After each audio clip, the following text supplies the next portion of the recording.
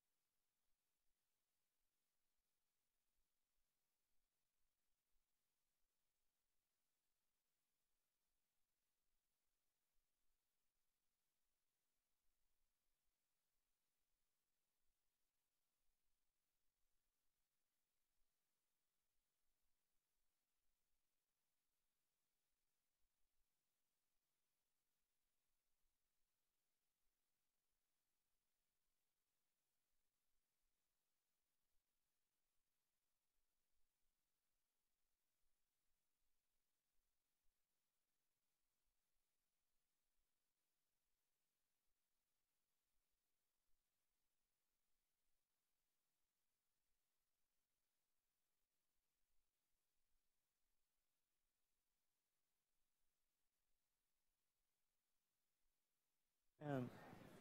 Like we do some work on bilingualism, bilingual penalties, which are not penalties at all. It's quite the opposite. The bilingual penalty is a myth. Yeah, and I think, you know, but again, you know, we may look at the kind of penalties in terms of what you don't have, but we don't see what you actually get through this, you know, being able to look.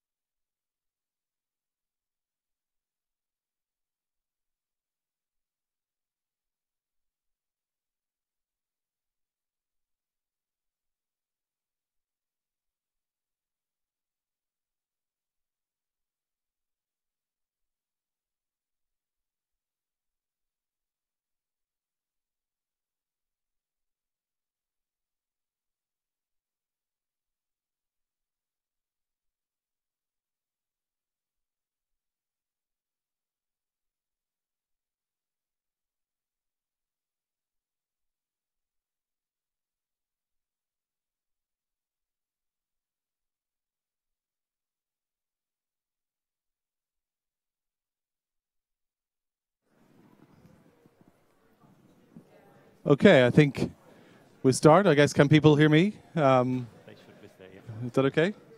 If you put your headphones on. We had a problem with the headphone mic, so this is probably going to be slightly clunkier for me, but nevertheless, will work fine. My name is Colm Harmon. I'm Professor of Economics at the University of Sydney and head of the School of Economics there.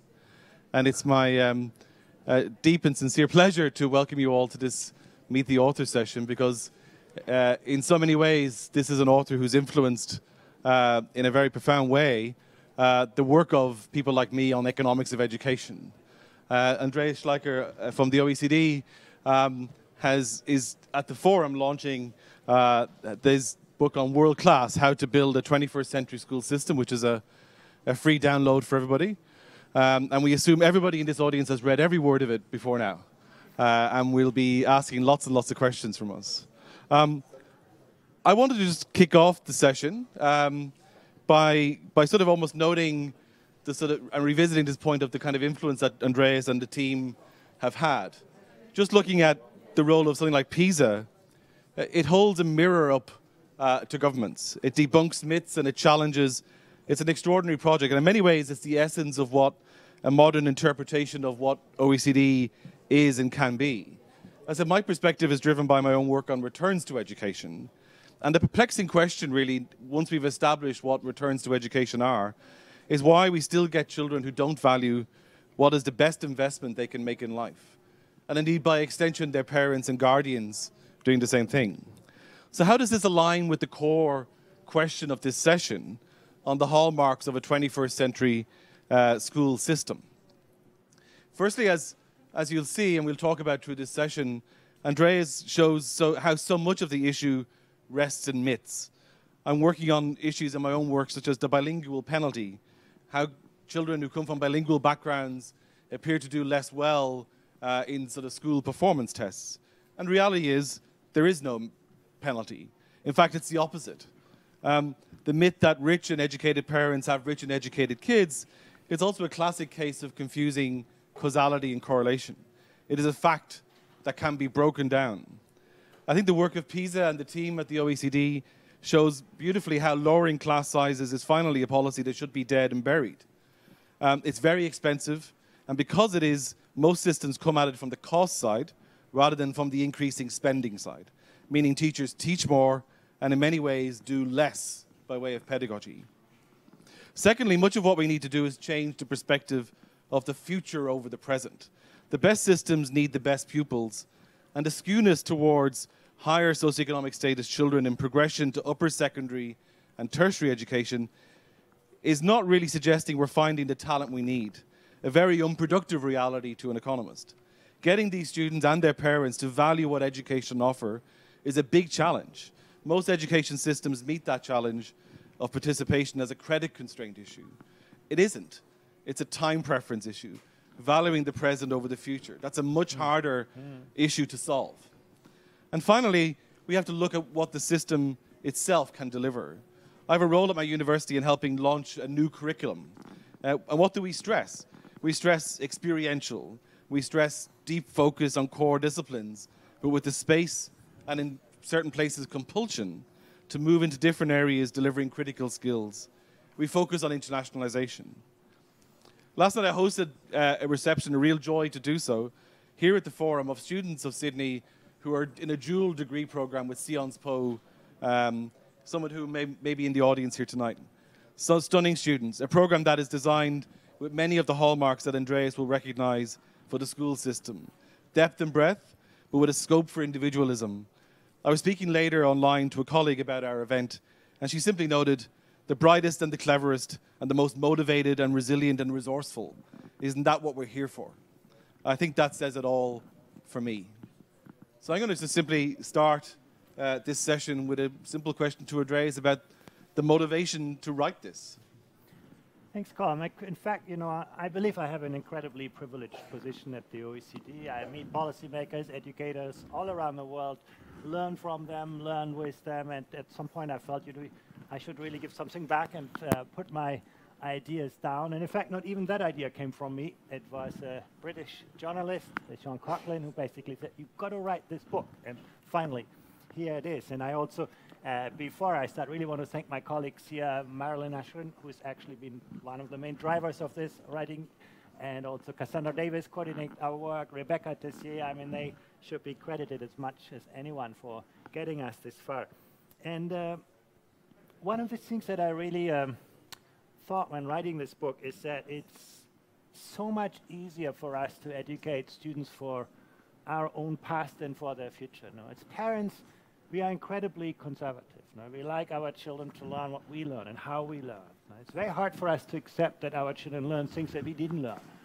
Or even more, that our children no longer learn things that we thought were so incredibly important for us.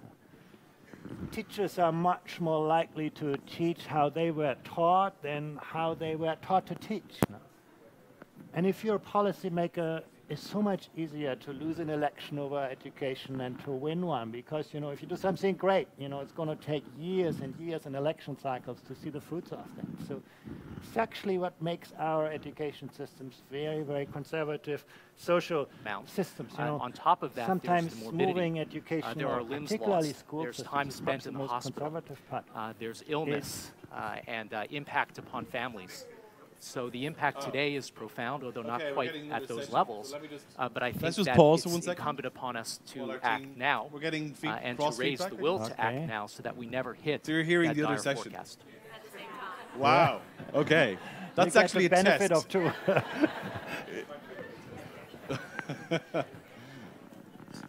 It's a cognition test. It's the secret one that the OECD have been developing.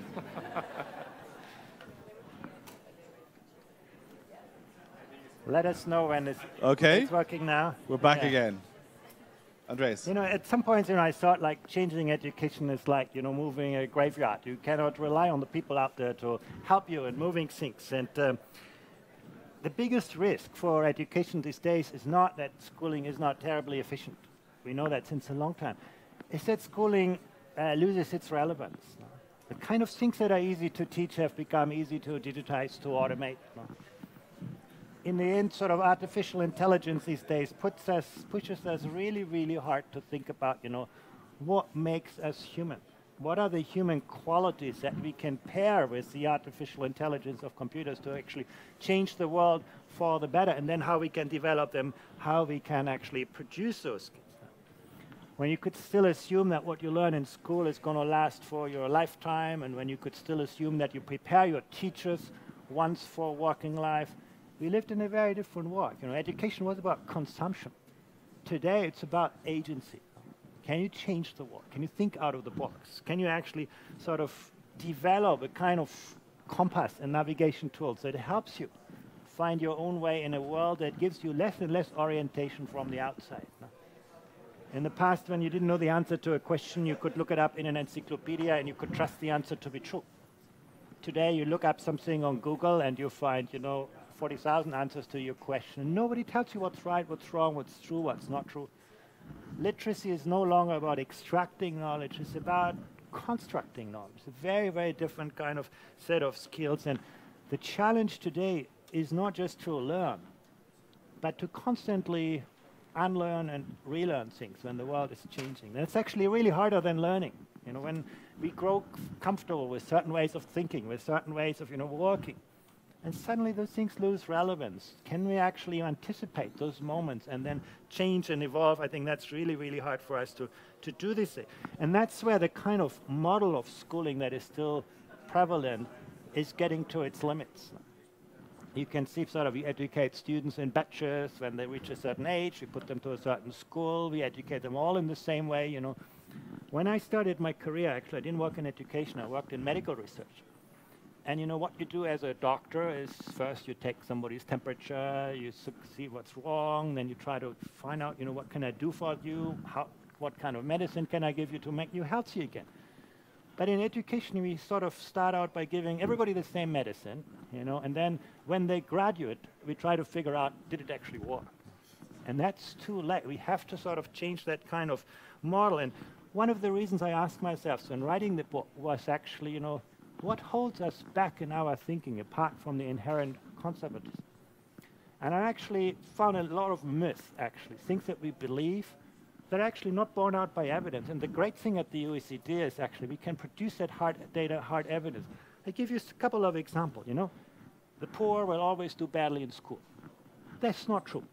What we found is that the 10% most disadvantaged school children in Shanghai, in China, did as well as the 10% wealthiest Americans on mathematics. So we can overcome poverty. Some people say, oh, you know, it's the immigrants who draw down the PISA scores. Our system doesn't do well because we are flooded by kind of people from the outside. It's not true. There's no relationship between the share of immigrants in a country and the performance of its education system. Actually, you're a great example, Australia. But there are others too. No? In fact, what we found is that the country where you go to school makes a lot of more difference than the country where you came from.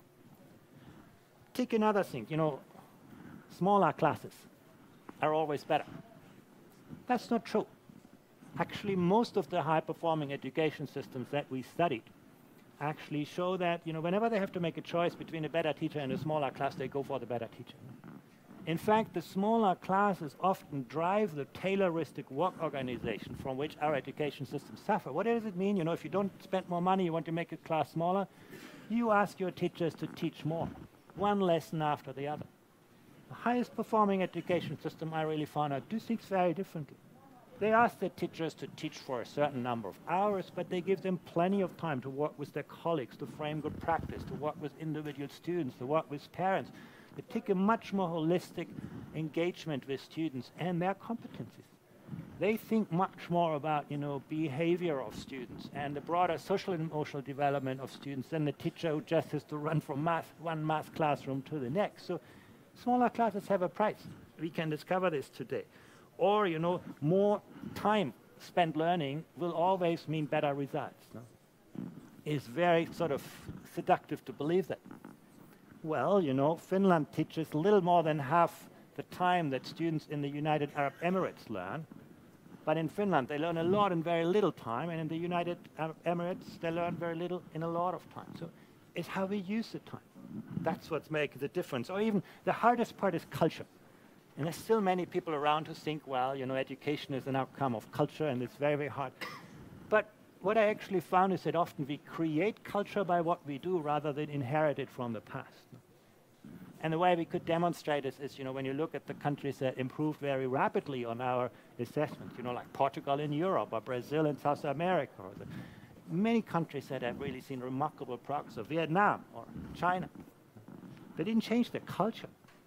They changed what they do in education policy and practice. And that brought me to the next question, you know, what can we actually do? And in fact, you know, Colm, one of the points that you made is exactly what, you know, struck me first. When you look at high-performing education systems, they make different choices between the future and the present. Chinese parents are going to invest their last time, their last resources in the future of their country, and that's the education of their children. In Europe, we have already spent the money of our children for our consumption today. That's why we are so heavily in debt. And that's a choice that societies make, and I think a very, very important choice. How do we value tomorrow versus today? But value in education is only part of the equation. The other thing we found is actually high-performing systems have this deep belief that every child can learn, every student can learn. And now you say, well, you know, everybody believes it, but do we? Many of our education systems are highly stratified and tracked. No? We try to figure out what you're good for, then we put you in a special school, and you're going to be developed, or you're not. And that's the kind of tracking and streaming that we found is actually counterproductive.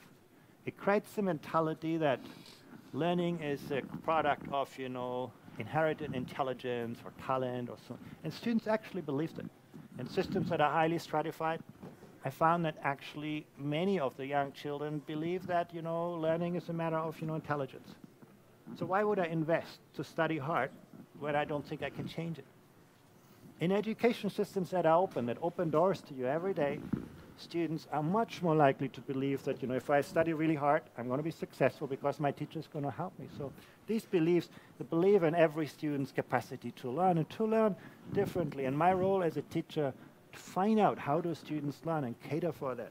Really, really important. You can see that Finland, Japan, Estonia, they have moved from sorting human talent, now that was the industrial model, to developing human talent. Actually, it's a really important transition. And then, of course, you know, nowhere does the quality of education exceed the quality of teachers.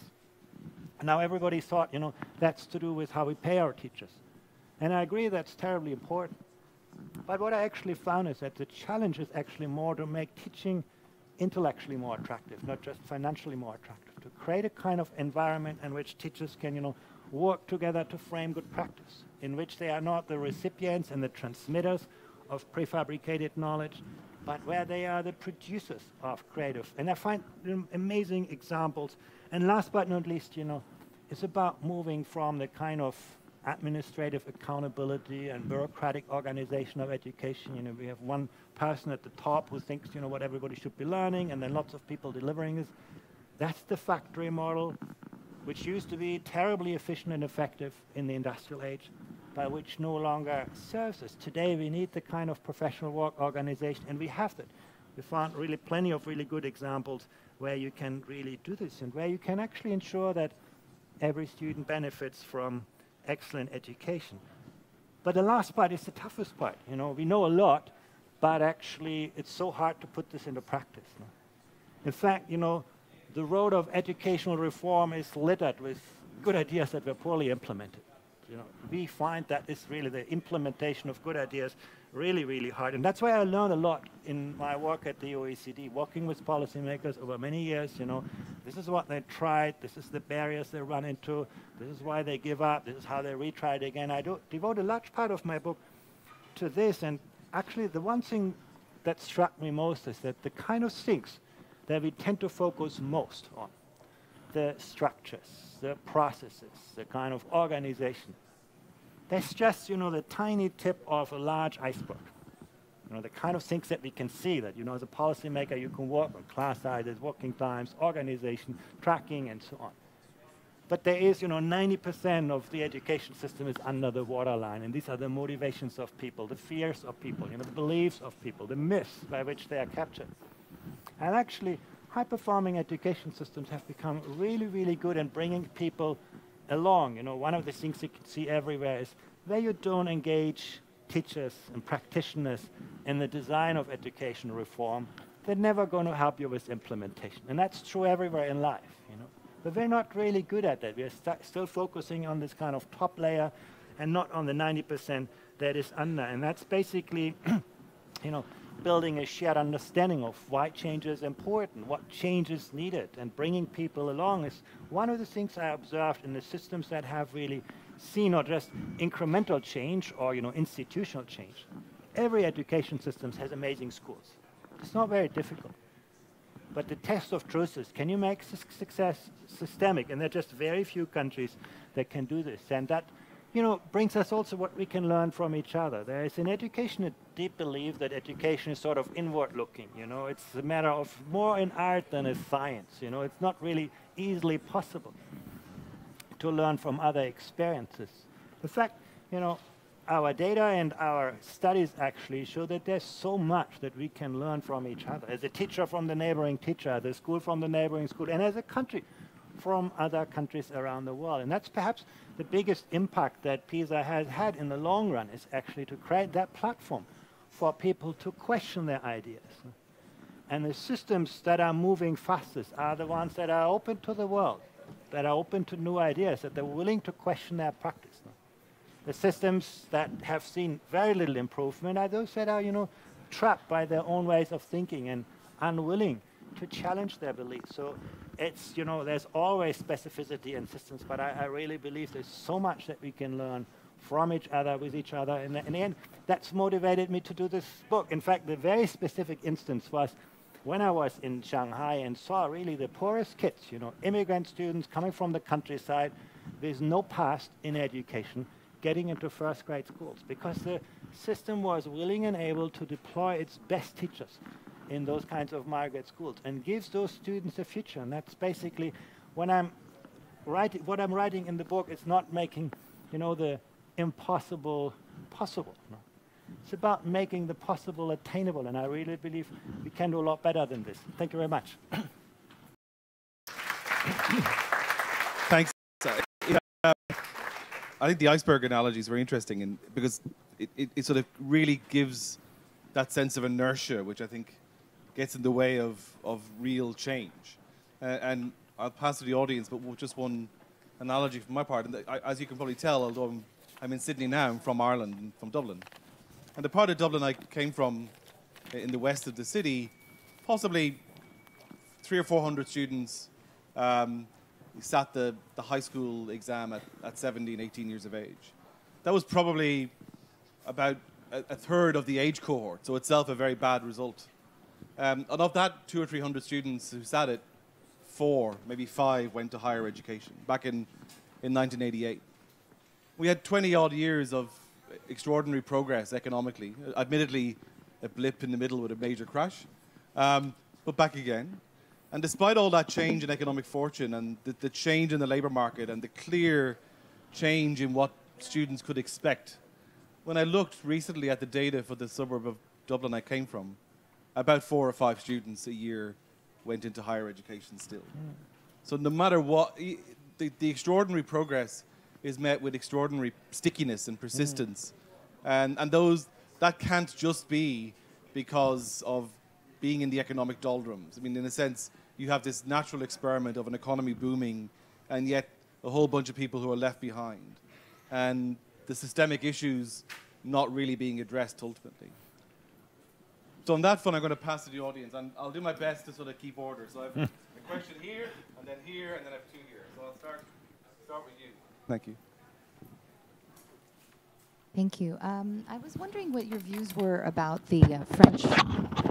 Sorry, since France is hosting the ministerial this year, I was wondering what your views are about the French public school system. I mean, it seems to be the most completely antiquated, outdated system, and we're seeing a lot of alternative schools trying, private schools, but they're totally unaffordable. So I was wondering what your views are. What is holding France back? Why isn't it changing? It seems to have been the same for the last 150 years. And then in the U.S., I was wondering, like, the higher education system and the way you see it evolving, and this sort of completely outlandish fees. What's going to happen there? Thank you.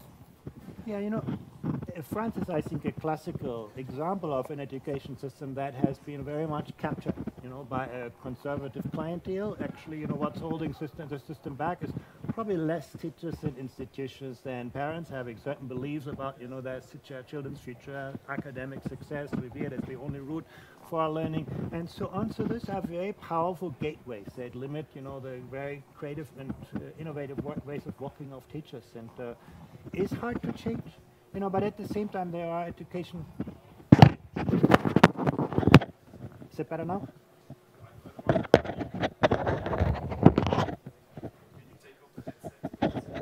Yeah. Okay, sorry.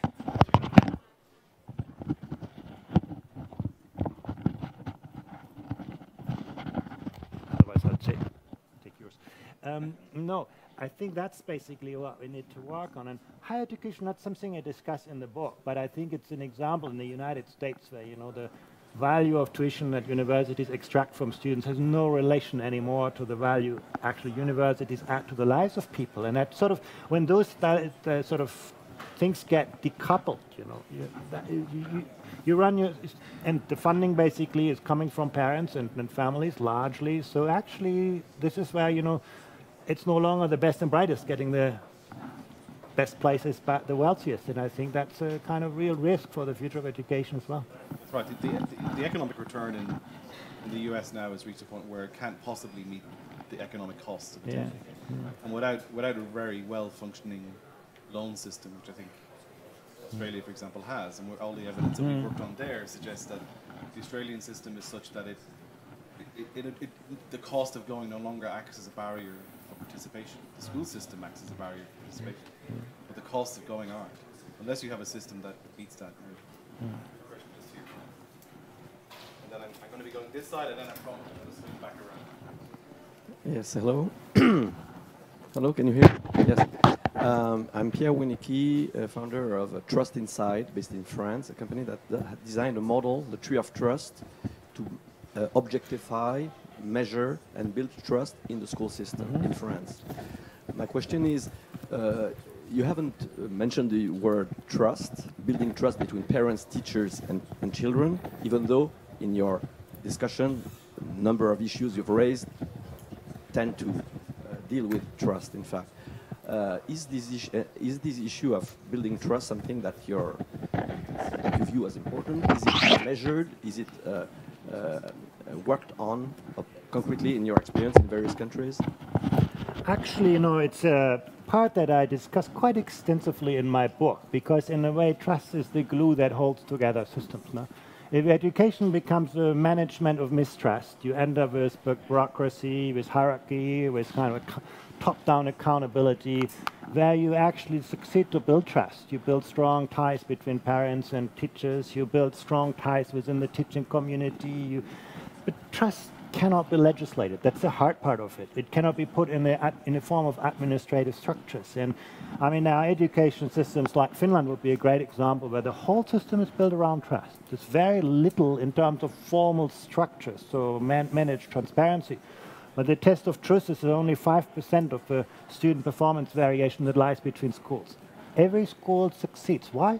Because every school knows what every other school is doing, and the government is very good in, attracting the most talented teachers in the most challenging classrooms and linking sort of different pairing schools. And I think that's very important. That's to do with trust. But I give you just a very practical example. If a teacher calls parents when there's a problem in school, that's almost a guarantee where you actually destroy any form of trust. Because as a parent, the moment that happens, okay, I have to defend my child, whatever happened, and so on. If you make that, student-teacher dialogue, parent dialogue, a regular feature of the education system, you invest time and energy, you can build that kind of foundation on which you can actually then develop a child's future. So I actually devote a very significant part of the book to that issue, because I really believe if you don't succeed to, build trust, and not trust which is blind trust, but trust that is actually related to professional competency, I think we can change a lot. So we have three people here. 1, 2, 3. Yes, and then hello. I promise. Jennifer Flock. Some of the comments that you made in your introduction about how what we learned in the past or what we taught in the past aren't necessarily the things that we should be learning or teaching in the future. Those kinds of ideas resonated with me. And I'm wondering concretely how you think the PISA test needs to be adapted to reflect these new skill sets that are so essential for the kids to succeed in the 21st century. So I'm specifically thinking about things like intercultural competency, digital fluency, innovation, et cetera, the kinds of things that people talk about all the time. I'm wondering how you imagine adapting the PISA. I think it's a very, very important question. Not limited to PISA, the gateways that we construct, the assessments, the exams, have a very powerful ripple-down effect on what we actually do in education, up to early childhood education and care. And in PISA, we are working very, very hard to sort of try to adapt the assessment as the world is changing. Intercultural understanding is actually this year's assessment. We call it global competency, but it's basically looking at your capacity to see the world through different lenses and perspectives. Are you willing and able to work with people who think differently from you, who are differently from you? Do you have an understanding of the concept of culture? It's going to be part of the 2018 assessment. In 2021, we're going to look at creative thinking skills. And it's not creativity in its broader sense. That's still beyond the reach of what we can do technically. Creative thinking, we believe, we can sort of capture. But the biggest investments currently go into those kind of social and emotional kind of qualities. Some people call it character, but it's basically about, not what we know, but who we are and how we behave and how we relate to other people's empathy, curiosity, courage, leadership. I think we need to find ways to reflect them in the way in which we do assessment. Some parts of education systems are actually doing quite well on this. Vocational education and training is often a lot further advanced than academic learning in school in doing this, but it's a big agenda for PISA. And for me, it's the test of truth. If we do not succeed in making sure that our assessments reflect reality or what is needed, we're holding systems back rather than to advance them. And actually, I can say that's been true for PISA from the very beginning. Where it's very hard to think back to the year 2000 now. We are so far ahead on this. But in those times, many people still talk a lot about content knowledge. There were many people who believed PISA should test the capacity of students to reproduce subject matter content. We didn't go down that route. From the very first day, we put the premium on people's capacity to use what they know, to creatively apply knowledge, to transfer knowledge. So we actually gave students the content knowledge in the test, and wanted to see whether they can, bring that to bear. Many people criticize us for this in this time. But, 15 years later, that's the standard. Everybody sort of accepts that the world of schooling really, in the world in which we live today, the world doesn't reward you for what you know. It rewards you for what you can do with what you know. And Google knows everything.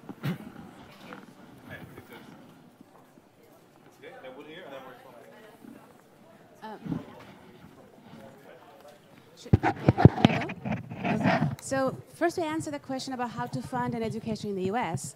That's the lack of education and funding education. Basically, I've been a product of the US education system without any debt. So if you are properly educated, you find a way how to educate yourself without getting into debt. And that's where the gap between actual knowledge and the application and actually how to be educated without falling into the debt trap. And my question is, we talk about how teachers should collaborate among other teachers, but we are also forgetting that teachers need to be a forever, like a lifelong interns or like an apprentice with a real life situation. For example, the trends in the job market, the trends in the cutting edge education and the technology. If teachers are just cooped up in their classrooms and they're following the guidelines or the contents and not following through what is coming up in the edge and not building the bridge with the higher education system or the job market, they are actually failing our students to reach to the next level of education. So how do we reform that gap? How do we train our teachers to be the next generation teachers? Yeah, I think you raise a very, very important point. And in fact, again, I devote a fair part of my book to that question by studying education systems that have become very good at that. If you look at the United States, you're absolutely right. Teachers have very little time and also very little motivation. There's no real career for teachers. Teachers is basically teaching what you've known, what you've learned. But if you go, for example, to Singapore, teachers would typically spend at least 100 hours per year to actually study in professional learning communities with their colleagues. They would go do internships. They would go into research. Every teacher typically, as part of their career, will go or into policy. Actually, if you go to the Ministry of Education in Singapore, you don't find just bureaucrats. There are a lot of teachers working there, and they go back to school or in research as well. So I think we can build those linkages. That's exactly what a professional work organization looks like. You cannot expect your students to become lifelong learners if they do not see their teachers being lifelong learners. I think that also the big potential there is that technology now provides opportunities for co-creation. Actually, students may be ahead of their teachers on certain kinds of ways of thinking and use of technology, and there are wonderful opportunities for teachers actually to become part of that learning experience, to get away from the hierarchy, I as a teacher know everything, you as a student consume what I do, to actually co-creating knowledge. But there are lots of examples around the world where that has happened. What we need to have is the courage to change the work organization, to actually see the teachers as knowledge workers as opposed to kind of industrial kind of workers. But there are really good examples. In Northern Europe you find them. I think the example of Singapore is a very good example. Let me give you one last sort of a very simple kind of way of how I saw this happening also in Shanghai. They have a digital platform where teachers can upload their lesson plans and projects and ideas and so on. Very simple kind of technical system. But the trick is they combine that with a reputational metric, like we are used to in Facebook or eBay or Amazon. So the more other teachers are going to download your ideas, criticize your ideas, use your lessons, improve your lessons, the more you rise in visibility and status in the education system. And at the end of the school year, your school principal is not only going to ask you, how well did you teach your children, but what contribution did you make to the profession? How did you help your colleagues grow in their professional careers? So there is an incentive and a kind of support system to engage people to be part of a profession, to have collective ownership of professional practice rather than just thinking, I do what I've once learned for my life. But I think you raise a very, very important point. If we do not succeed to build that work organization, education systems are never going to advance. There's no way in a world that is moving as fast as we see today to feed education systems top down with curriculum reform and those kinds of things. Great. We have a lady here. Yes, hello, Elizabeth Gauthier. I have a few questions. When you started your introduction, you said education is more about developing your own compass to navigate. Could you just recap on what are the 3 points that seem most important to acquire? And then the second question is the balance between the content, maybe on more technical aspects, and the sort of soft aspects. What sort of percentage balance? And then if you can give just 3 points on how to acquire the more, soft skills elements. Yeah, all very good questions, very difficult questions. On your first one, how do we build this compass? You ask for 3 points. For me, there would be anticipation, reflection, and action. How do we help young people actually to, what we do often in school, we teach students the truth of our truth. The question is, can we actually enable them to question the established wisdom of our times? Can we help them to be open to the novelty, open to new ideas? Second point is reflection, stepping back, seeing the forest among the trees, taking a critical stance of myself, of others. And last but not least, being able to mobilize my cognitive, social, and emotional resources to do something. We know a lot of things, we can do a lot of things, but are we able to mobilize our resources to change things? And that's, I think, the test of truth of that kind of compass.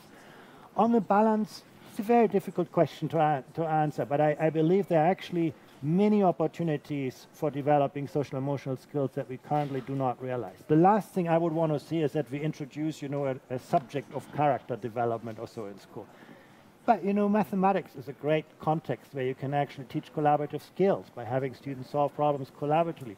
Sport is a great subject where you can teach resilience and, courage and empathy and, responsibility for others. So I think we need to make those things more deliberate and more conscious, and I also believe we need to measure those kinds of things. We cannot say to teachers, build, team skills and all of this, and then at the end say, but I'm only going to look at your mathematics performance. And I must tell you, when we, for the very first time, PISA assessed social and emotional skills in 2015, where we looked at collaborative problem-solving skills, one specific element. And it was quite shocking to see that you have only about 8% of students around the industrialized world, advanced countries, where students have a reasonable sense of working with others. The problems that we gave them were actually very simple. All we wanted to see is, can you share your knowledge with your colleagues? Can you develop a joint solution strategy? Can you actually follow through, agree on the kind of conclusions? Simple things to do, what you need in life. Only 8% can do that. We took that for granted, we accepted. If that would happen in mathematics or reading, we would, go out and basically say this. But I think that's about the balance. Yeah, hi. I run a group of organizations that use participatory theatre for learning, particularly with refugee and immigrant populations. And we're totally at the intersection of social and emotional learning and soft skills. But routinely, the kind of work that we do is devalued. And if you look at a lot of education systems around the world, the arts get cut. They're usually the first thing in the budgets. Yeah. But having literally just come from a session around AI and how we compete, exactly what the kind of work that I and obviously many people do is exactly what we're looking for, to compete with AI. So I'd be really interested in your perspective of the role that the arts have in education and what we as practitioners can be doing to impact the education system on that. I think it's another good example for how we need to build those social emotional skills that are being developed through the arts as part of the core curriculum rather than seeing them as an add-on. In a way, we say today to students, in the morning we're going to make your life a misery with math and science, and in the afternoon we use arts as a recreation, as a compensation for all of that. We need to look at the arts much more in the sense, how do they foster creative kind of working? How do they foster social skills, In fact, the most transformative educational experience I had, I played in the German youth orchestra. Suddenly you need to listen to other people. You need to play with other people. You're nothing if you don't actually, completely align with the kind of, and I think that's part of the intentional curriculum design process. And but at the moment, it's seen as it's even called an extracurricular activity now. And final question. Thank you so much. I'm Laura from Kazakhstan, and last year we here in Kazakhstan started the innovative project with UNESCO on intercultural dialogue online platform and some interactive textbooks for school children. My question is, today, early in the session, we heard Mr. Alvaro Pereira. He was talking about need to invest more in skills, education, and digital infrastructure. My question is regarding to OECD. What kind of earlier also maybe answered, the balance between digital and so-called, let's say, classical part of education could be, as you see, be in the course of OECD resistance. Yeah, you know, I would view digital technologies as simply the medium of today. Tomorrow there may be something completely different, and the past was something completely different. You know, 50 years ago we didn't teach people pen literacy. So I think we shouldn't really be obsessed with, you know, computer literacy or digital literacy these days. We should ask ourselves, what are the cognitive, social, and emotional skills that are really empower us to use the technology of today? For example, in the digital age, you know, it's about innovation, it's about creative thinking, it's about being able to validate knowledge, to question knowledge. No? These are the kind of cognitive skills that are really, really important. And often in school we get too focused on the, you know, technology of the day. You know, some people say, should we teach 3-year-old children coding? You know, by the time they graduate, they will ask themselves, actually remind me what was coding. You know? Sort of the time moves so fast that we get always trapped by educating people our technology rather than for their future. So I believe the future is really about, you know, the thinking skills that underlie this. Can, for example, when you think about coding, can students, you know, master, you know, computational thinking, algorithmic thinking? Do they know what process and steps are, as opposed, you know, can they program a computer? That's sort of, I think, something people can always pick up. People actually do pick up, but I don't believe that, for example, people born in the digital age are automatically digital natives. In fact, you can see lots of young people today who fundamentally struggle with the tools. You see that in the social media sphere, you see this in the kind of digital news sphere. We need to do a lot better on those kinds of skills as opposed to the kind of technology part. So is this, I'm hoping that this book isn't a retirement statement. Clearly you and the team have a lot more to do. So maybe in 1 minute it would be good to give us a sense of what's next for the OECD education team. Yeah, actually, one of the most fascinating initiatives we're in is what we call Education 2030, is actually to paint that horizon of how the future of work, the future of education is going to look like. What are the kind of pedagogies that will help us, you know, build those 21st century skills? It's a great process of reflection, very, very difficult. You know, it's always easier to predict the past than to analyze the future. So, and we are at the OECD in the same trap. You know, most of our data are about the past. And this is a kind of blue sky thinking project that hopefully will help us frame a lot of our work. A fascinating 45 minutes, I'm sure you'll all agree. Maybe you'll join me in the usual way of thanking Andreas for a stimulating conversation. Thanks, Colm. Thanks very much. Thank you all for coming.